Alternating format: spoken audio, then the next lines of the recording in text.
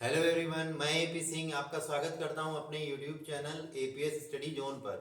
तो आज हम आपके लिए जीव विज्ञान का एक टॉपिक लेकर आए हैं जिसका नाम है जीवों में जनन। ठीक है, क्या नाम है? जीवों में जनन।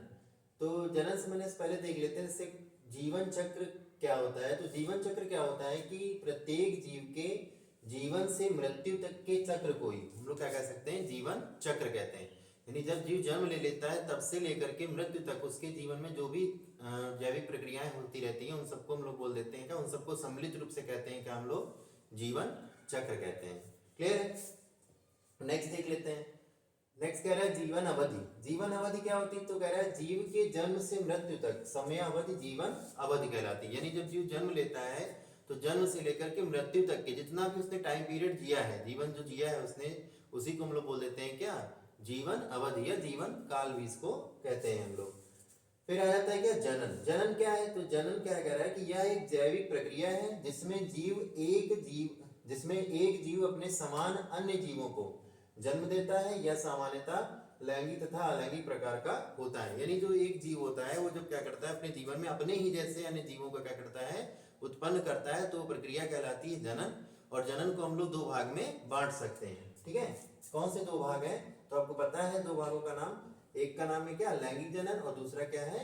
अलैंगिक जनन। ठीक है, लैंगिक जनन हम लोग देख सकते हैं क्या कह रहा है कि दो जनकों से नई संतान उत्पन्न करने की प्रक्रिया लैंगिक जनन कहलाती है। क्या कहेंगे? कि दो जनकों से नई संतान उत्पन्न करने की जो प्रक्रिया होती है वो कहलाती है क्या? हमारी लैंगिक जनन। अब यहाँ जनक का क्या सेंस है? यानी कि कह सकते हैं क्या कि नर तथा मादा जो होते हैं वो जो अलग अलग रहते हैं उन दोनों के जो फ्यूजन के थ्रू क्या हो सकता है कि नया जो जीव बनता है उसको हम लोग बोल देते हैं, उस प्रक्रिया को लैंगिक जनन के अंतर्गत रखते हैं। ठीक है, फिर आता है अलैंगिक जनन। अलैंगिक जनन में क्या होता है? एक ही जीव से समरूप प्रतिलिपियां उत्पन्न करना अलैंगिक जनन कहलाता है। जैसे वहां पे क्या था लैंगिक जनन में कि नर तथा मादा अलग अलग थे। अलैंगिक जनन में क्या होता है कि नर तथा मादा एक ही जीव के अंदर होते हैं। ज्यादातर ये प्लांट्स में होते हैं, यानी पौधों में क्या होता है ज्यादातर अलैंगिक जनन आपको देखने को मिलता है। ठीक है, क्लियर है? तो ये चीज देख सकते हैं। फिर आता है लैंगिक जनन में कुछ टाइप है, यानी लैंगिक जनन को हम लोग क्या करते हैं कई पार्ट में बांट देते हैं। ठीक है, जैसे अलैंगिक जनन का पहला जो हम भाग देखते हैं इसका नाम है द्विविभाजन। यानी जो जीव होगा वो क्या करेगा अपने जो शरीर होगा उसको क्या करेगा दो भाग में बांटता है। ठीक है, उस दो भागों के फलस्वरूप क्या होता है? नई संतति कोशिकाओं का निर्माण होता है। क्या कहेंगे? किसी जीव के द्वारा अपने ही शरीर को क्या करना? दो भाग में बांटना, उसके फलस्वरूप दो नई संतति कोशिकाओं का निर्माण कर देना कहलाता है क्या? द्विविभाजन। किसमें पाया जाता है? तो बहुत कॉमन है, किसमें? अमीबा में। क्लियर है? अमीबा में मतलब क्या होता है कि आपका द्विभाजन पाया जाता है। फिर आता है बहुविखंडन। बहुविखंडन क्या हो जाएगा? जिसमें कोई जीव क्या करता है अपने शरीर को कई खंडों में बांट दे और उसका हर एक खंड क्या कर देता हो? निर्माण कर दे नए जीव का। तो उसको हम लोग बोल देते हैं क्या? बहुविखंडन के अंतर्गत रखते हैं। और इसमें एग्जाम्पल क्या है? तो प्लाज्मोडियम इसका क्या हो जाएगा? उदाहरण हो जाएगा। फिर आता है मुकुलन। मुकुलन क्या होता है? मुकुलन क्या होता है कि जैसे कोई जीव जो होता है उसमें एक बाह्य वृद्धि निकलती है, उस बाह्य वृद्धि को हम लोग नाम दे देते हैं मुकुल। और जब ये क्या होता है विखंडित होकर के नया जीव का निर्माण करता है तो उसको कहते हैं हम लोग क्या? मुकुलन कहते हैं उस प्रक्रिया को। पाया किसमें जाता है? तो ईस्ट में क्या है? बहुत ज्यादा कॉमन होता है, ईस्ट में ही पाया जाता है। ठीक है, बीजाणु जनन। बीजाणु जनन को हम लोग कह सकते हैं क्या? बीजाणु जनन में आपका हो जाएगा बीजाणु जनन। बीजाणु जनन आपको पता है क्या हो जाएगा? बीज के द्वारा जब जनन किया जाता है तो उसको हम लोग बोल देते हैं क्या? बीजाणु जनन, है ना? यानी जो बीजाणु बनने की अवस्था होती है उसके तरह जो जनन करते हैं हम लोग तो उसको बोल देते हैं क्या? हम लोग बीजाणु जनन कह देते हैं। जैसे इसमें एग्जांपल अगर हम देखें तो किसका आ जाएगा? क्लेमाइडोमोनास। क्लेमाइडोमोनास में क्या होता है? बीजाणु जनन पाया जाता है। खंडी भवन फिर आ जाता है। खंडी भवन का मतलब कोई जीव अपने शरीर को खंडों में विभक्त कर दे। जब खंडों में बांट देता है उसके फलस्वरूप जब क्या होता है कि वो नए नए खंड क्या करते हैं? नए नए जीवों का निर्माण कर देते, तो उसको हम लोग बोल देते हैं क्या? खंडी भवन प्रक्रिया को। और किसमें पाया जाता है? तो यूलोथ्रिक। यूलोथ्रिक सबको पता है एक तरह का क्या है? शैवाल है। ठीक है, जिसमें क्या होता है कि आपका ये खंडी भवन की प्रक्रिया पाई जाती है। फिर आता है पुनरुद्ध भवन। पुनरुद्ध भवन का मतलब होता है कोई जीव के किसी अंग को अगर काट दिया जाए या किसी पार्ट को हटा दिया जाए तो वो पार्ट नया जीव बन जाएगा। ठीक है, नई संतति कोशिका का निर्माण कर देगा, तो उसको हम लोग कह देते हैं क्या? पुनरुद्ध भवन। ये किसमें पाया जाता है? तो हाइड्रा में बहुत कॉमन है पुनरुद्ध भवन। ठीक है, नेक्स्ट आता है कायिक प्रवर्धन। कायिक प्रवर्धन में भी लगभग कुछ ऐसा है कि दो किसी पौधे का क्या करते हैं, कोई पार्ट को होता है हम लोग क्या करते हैं? काट देते हैं या विखंडित कर देते हैं। उन दोनों पार्ट्स को क्या करते हैं? फिर से लगाते हैं तो उससे क्या होता है, नया पौधा या नई संतति कोशिकाओं का निर्माण हो जाता है। एग्जाम्पल में इसको हम लोग कॉमन बहुत ज्यादा है किसमें, गुलाब और शकरकंद। गुलाब में आपने देख रखा होगा, दो डंडियां लेते हैं गुलाब की, है ना, दोनों को क्या करते हैं एक साथ बांध करके जमीन में लगा देते हैं, जिससे क्या होता है नए गुलाब के पौधे का निर्माण हो जाता है। ठीक है, तो ये कायिक प्रवर्धन में आता है। फिर आता है सूक्ष्म प्रवर्धन। सूक्ष्म प्रवर्धन क्या है, इसके द्वारा भी पादपों या जीवों जंतुओं का निर्माण किया जा सकता है ना। जैसे इसमें कह रहे हैं क्या कि प्रयोगशाला में कोशिकाओं, ऊतकों व अंगों का संवर्धन ही सूक्ष्म प्रवर्धन कहलाता है। यानी लैब के अंदर हम लोग नए पादप या कोशिकाएं या अंग का निर्माण करते हैं।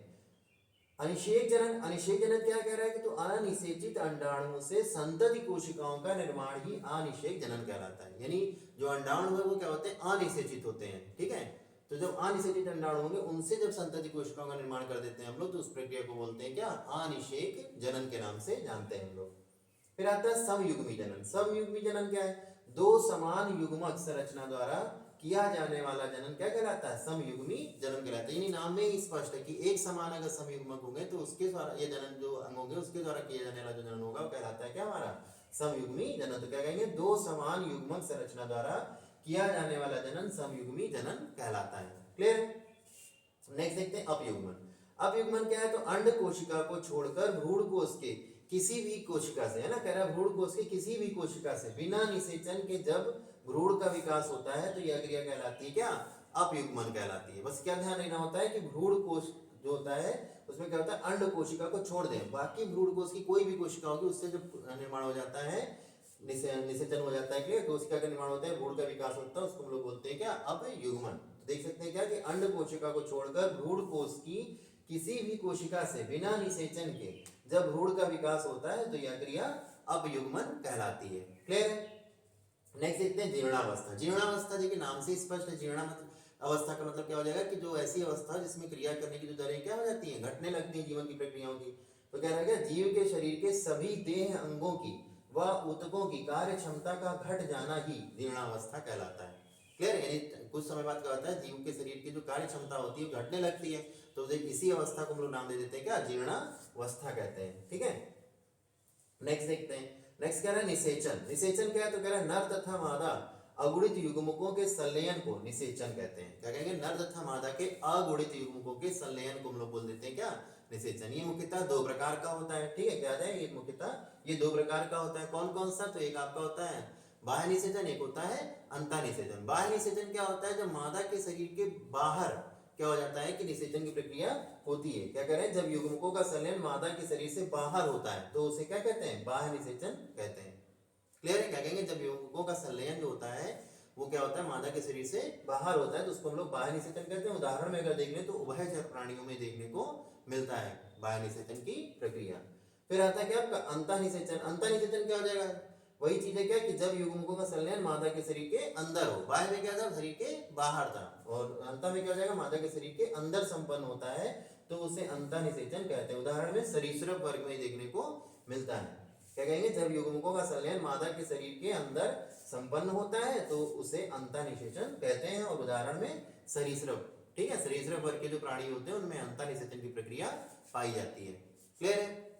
तो हम आपके लिए जीव विज्ञान का एक टॉपिक लेकर आए थे छोटा सा, जीवों में जनन, जिससे मैंने आपको जीवन चक्र बताया, जीवन अवधि, जनन, जनन में भी लैंगिक जनन, अलैंगिक जनन, अलैंगिक जनन के प्रकार बताए, सूक्ष्म प्रवर्धन, अनिषेक जनन, समयुग्मी जनन, अपयुग्मन, जीर्णावस्था, निषेचन, निषेचन के भी प्रकार, बाह्य निषेचन, अंतः निषेचन। ठीक है, ये मैंने आज आपको बताया। आई होप की वीडियो आपको अच्छा लगा होगा।